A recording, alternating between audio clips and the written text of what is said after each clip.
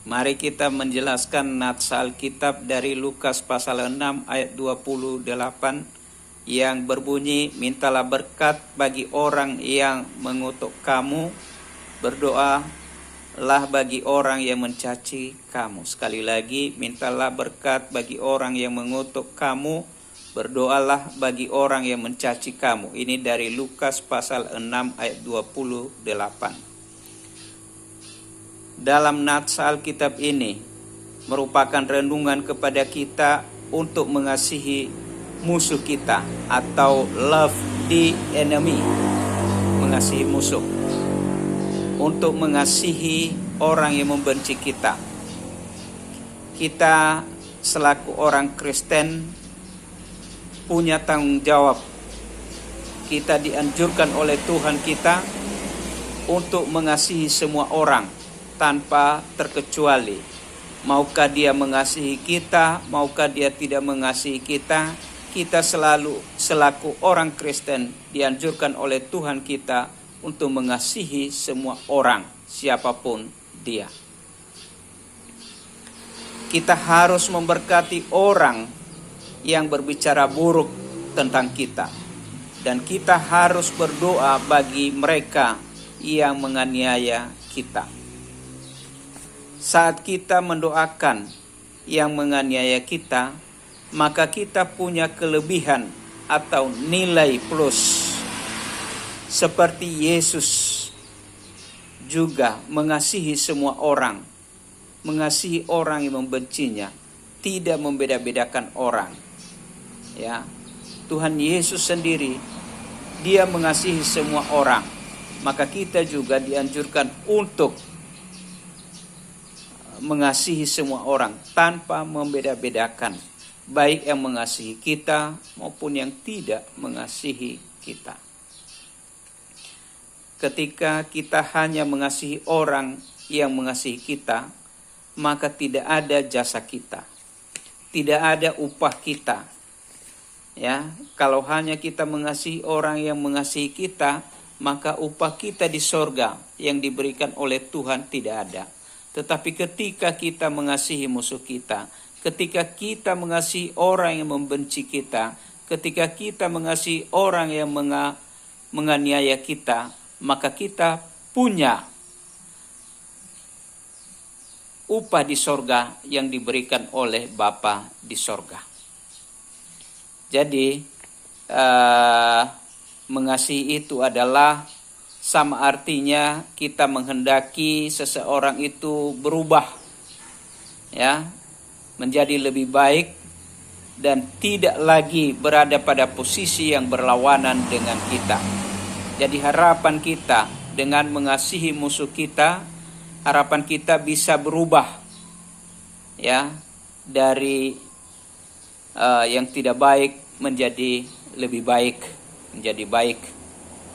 Dan harapan kita juga orang yang tidak mengasihi kita atau musuh kita itu bisa menjadi orang yang mempunyai posisi yang tidak berlawanan dengan kita. Jadi tidak menjadi lawan kita lagi dia, dengan dia berubah. Ya, itu harapan kita. Kita mendoakan, kita memberkati agar dia bisa berubah sehingga dia tidak melakukan lagi yang tidak baik kepada kita dan kepada semua orang. Di dalam 1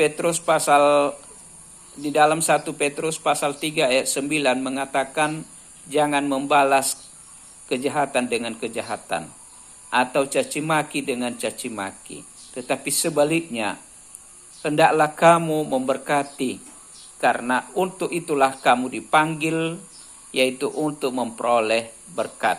Jadi pada nats Alkitab, firman Tuhan 1 Petrus pasal 3 ayat 9 dikatakan di situ, jangan membalas kejahatan dengan kejahatan, jangan membalas caci maki dengan caci maki. Ya, maka di situ nanti kita dipanggil untuk memperoleh berkat. Jadi tidak ada ruginya kita, ya, walaupun secara duniawi kita mengatakan bahwa kalau ada yang melakukan kejahatan kepada kita, caci maki kepada kita, kita merasa rugi kalau tidak membalasnya. Tetapi dalam firman Tuhan dikatakan bahwa jangan membalas kejahatan dengan kejahatan, jangan membalas caci maki dengan caci maki, tetapi sebaliknya, lakukanlah kebaikan. Berkatilah dia, doakanlah dia yang melakukan itu, sehingga di situ nanti ya kita dipanggil untuk memperoleh berkat. Jadi di situ dikatakan ada upah kita, ya, ada upah kita kalau mengasihi orang yang melakukan hal yang tidak baik kepada kita, ketimbang kita hanya mengasihi orang yang melakukan yang baik kepada kita, maka tidak ada upah kita. Karena kalau dia mengasihi kita lalu kita mengasihi dia, itu sudah kita terima jasa kita. Tetapi kalau kita mengasihi dia tanpa mengasihi kita, berarti ada upah kita, ada jasa kita di situ, ada kelebihan kita di situ. Maka itulah yang dikatakan oleh firman Tuhan ini dalam 1 Petrus pasal 3 ayat 9, untuk itu kita memperoleh berkat. Jadi kita menerima berkat kalau kita tidak membalas kejahatan dengan kejahatan.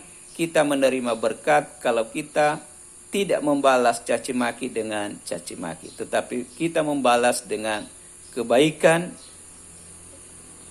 memberkati, mendoakan, sehingga ada perubahan pada orang yang melakukan tersebut, sehingga dia sadar bahwa apa yang dilakukannya tidak baik atau tidak berkenan kepada Tuhan. Demikian nats Alkitab ini yang bisa kita jelaskan. Terima kasih.